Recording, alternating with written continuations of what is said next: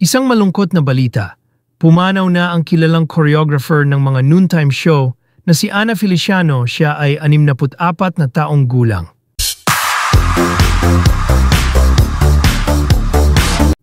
Ngayong araw ng Biyernes, October 24, kumalat sa social media ang balitang pumanaw na ang isa sa mga sikat na choreographer na si Ana Feliciano.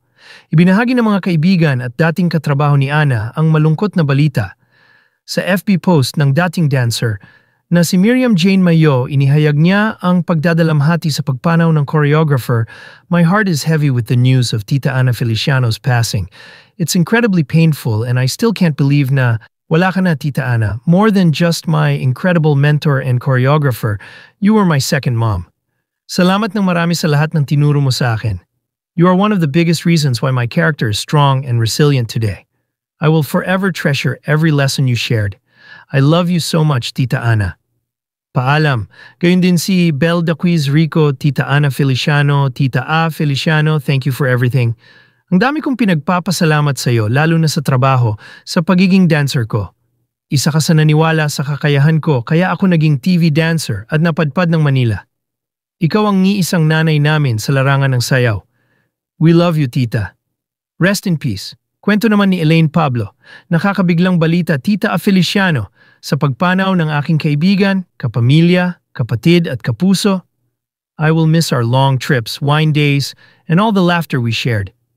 I will miss you as a true friend, my ate, my Tita A, my roommate, sa ating mga out-of-the-country at out-of-town shows. Sabi mo pa magluluto tayo ng tempura and wine after birthday ko kasi lagi di mag-timing schedule natin kasi miss ko tempura mo. Pero di na umabot. Binigla mo ako, Ate Ana. Halos di na ako nakatulog since I heard this heartbreaking news. I love you, my friend. Magkasama na kayo ni John Salin. You may now rest eternally. Saad naman ni Freddy Bautista. I was shocked. September 11th, 2025, binigyan mo pa ako ng video greeting courtesy of my good friend Adrian Gret. Salamat, Ate Ana Feliciano, sa masayang pagsasama during our Wawawi days. Sa mga raket natin kay Luningning, Milagring, Mariposa, congratulations, and RR Enriquez. Maraming salamat sa kontribusyon mo sa industriya. Taos puso po akong nakikiramay sa iyo, Rupert Feliciano and April, at sa buong pamilya. Ate Ana, you may rest in peace. Sa mga oras na ito ay wala pang detalye kung ano ang naging sanhi ng pagkamatay ni Ana Feliciano. Agad naman bumuhos ng mensahe ng pakikiramay at pakikidalamhati mula sa mga netizens para sa naiwang pamilya ni Ana Feliciano.